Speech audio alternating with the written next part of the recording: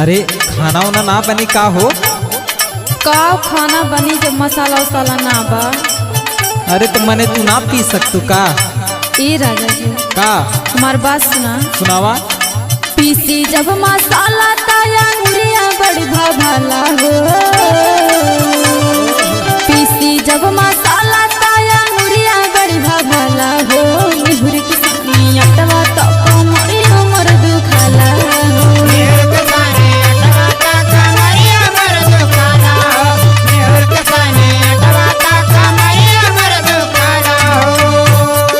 पीसी जब मसाला ताया अंगुरिया बड़ी भाला हो। पीसी जब मसाला ताया अंगुरिया बड़ी भाला हो।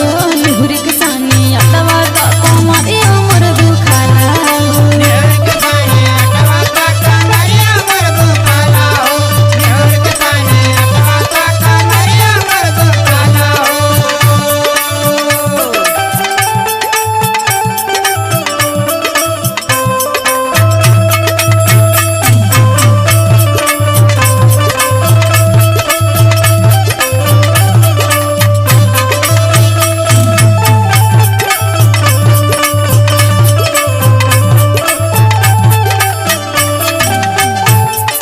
अच्छा ई बात है। तब कहो तो तू ना करबू तो के करे? नहीं सुना। सुनावा। कटिला प्याज पियास बड़ी गिरे हो।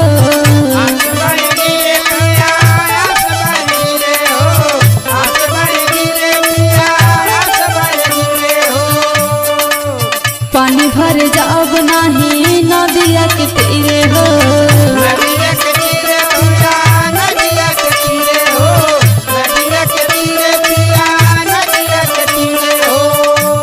बनाई हम भोजनवा खाली जुट के सब खाला हो। बनाई हम भोजनवा खाली जुट के सब खाला हो। निहुर के सानी अटवा तो कमरी हमर दुखाला हो।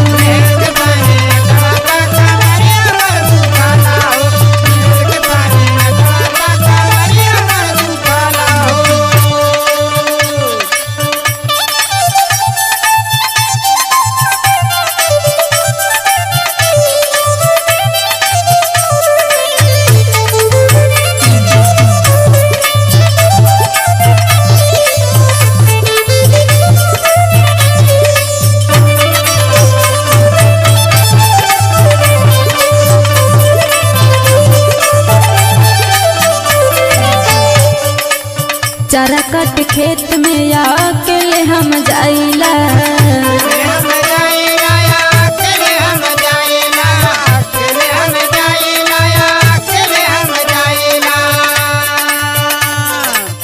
तब ऊपर से हम गरियो हो पाइला।